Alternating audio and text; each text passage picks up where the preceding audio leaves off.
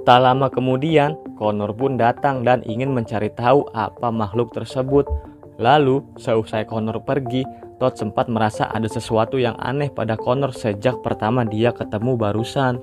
Menurut pandangannya, ciri-ciri kepribadian manusia serigala itu persis kayak tingkah lakunya si Connor. Alhasil, Todd sempat mencurigainya saat ini. I think we need to watch ourselves around him. Who, Connor? Why? Hari yang sudah sore dan menjelang malam, semua penduduk di kota kecil ini menutup rapat-rapat pintu rumah mereka masing-masing, sesuai himbauan aparat setempat agar tidak ada kegiatan di luar rumah. Namun tidak seperti si Putra ini loh, dia ngajakin si Putri beserta satu teman wanitanya lagi buat begadangan di luar.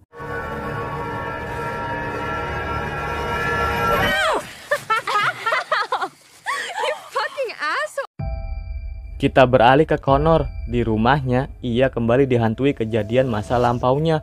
Dan ternyata, setelah hanya dirinya yang selamat, tiba-tiba sesosok hitam besar nampak di belakangnya.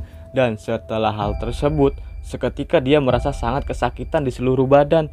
Hampir semua tembok berbekas mirip cakaran karena jadi pelampiasan sakitnya.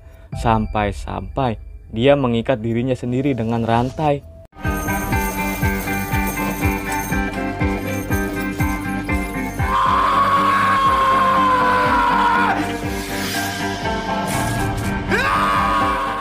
Kembali ke muda-mudi nih, lagi seru-serunya nongkrong bertigaan di dalam hutan kota. Tiba-tiba tanpa disadari Putri dan temannya, hal buruk pun terjadi. Guys, what is that?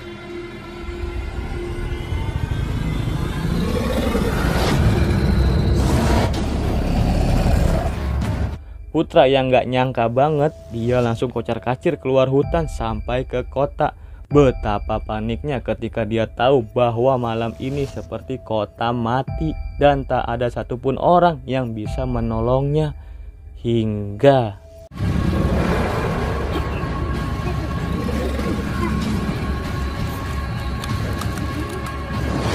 Sins beralih ke Maggie yang terbangun karena mimpi buruk tentang mendiang sang ayah.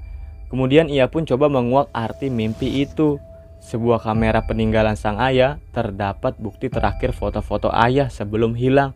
Dan anehnya, ada seseorang pria di foto tersebut yang mirip dengan detektif Connor.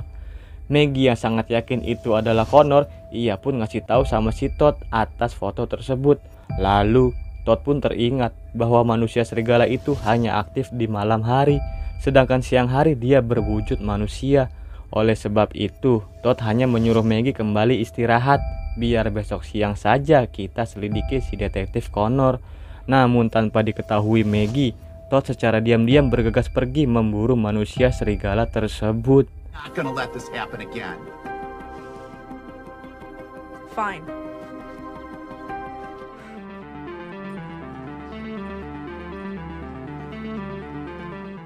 Di tengah rasa penasarannya Maggie pada Connor, Todd yang telah sampai di hutan, dia segera mencari jejak atau bekas-bekas dari manusia serigala itu.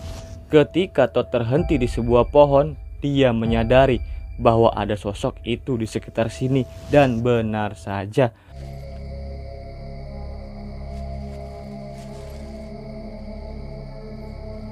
Todd yang sudah tahu akan keberadaannya, ia pun memasang kuda-kuda untuk melawan. Tapi sayang sungguh sayang, setelah momen itu datang, Todd yang hanya seorang pemburu harus gugur oleh sang manusia serigala.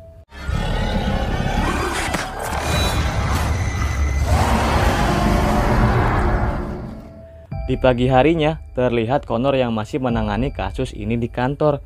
Dia kembali kedapatan kasus baru, yaitu mayat dari si Putra yang ditemukan di pinggiran kota. Lalu ia pun segera ke TKP. Sementara di waktu yang bersamaan, Maggie yang mau berangkat bareng Todd, dia merasa Todd nggak ada di kamar. Dan alhasil, Maggie pun berangkat sendirian ke kantor polisi. Tahu sendiri dong, Connor kan udah pergi barusan. Hingga akhirnya ia pun menyusul ke TKP. I'm sorry, he's not responding. Great. Just great. Sementara di TKP, Connor mencurigai bahwa bukan hanya Putra yang menjadi korban. pasti dia tidak sendiri. Dan benar saja, ketika beranjak ke dalam hutan,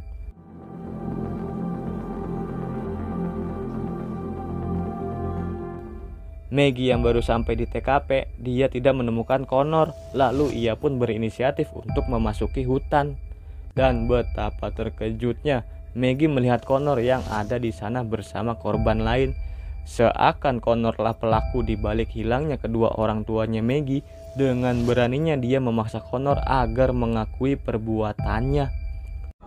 My parents. No, Maggie.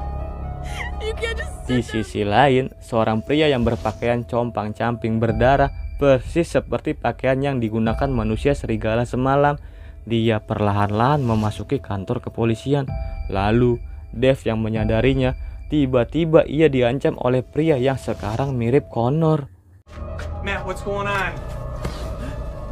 Whoa! Let him go now! Diketahui, pria tersebut adalah saudara kembar dari Connor. Dialah Matt Ryan, tentara yang divonis hilang saat masa dinasnya di Afghanistan.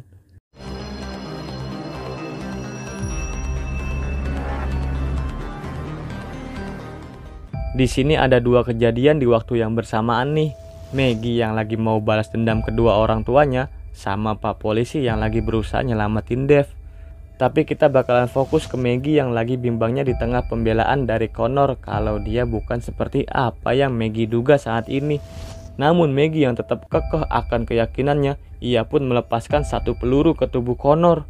Anehnya, Connor sama sekali tak merasakan sakit ataupun setetes darah keluar dari tubuhnya. Justru saudara kembarlah yang tiba-tiba jatuh tersungkur. Setelah kejadian tersebut, Maggie meminta maaf pada Connor dan Connor pun memahaminya.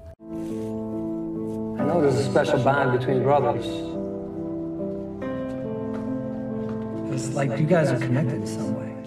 Setelah upacara pemakaman Matt Ryan selesai, scenes pun berlalu 3 bulan kemudian.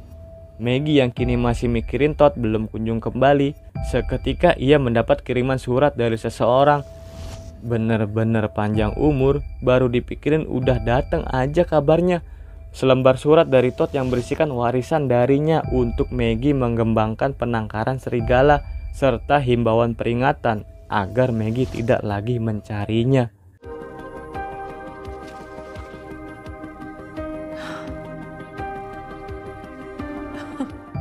Maggie yang merasa aneh, dia lekas menghubungi Connor yang kebetulan saat itu Connor menemukan korban lagi. Dan scenes pun ditutup oleh Todd yang wajahnya berubah drastis. Alah, ternyata selama ini dia kembar sob. Terus semua scenes yang Connor dihantui masa lalunya itu ternyata kembarannya toh, si Ryan. Oke lah, Mimin terima. Tapi walaupun si Ryannya udah koit, tetap aja ada penerusnya. Makasih ya sob udah mau mampir kemari. Sampai ketemu di film selanjutnya. Bye bye, Mimin pamit. Assalamualaikum.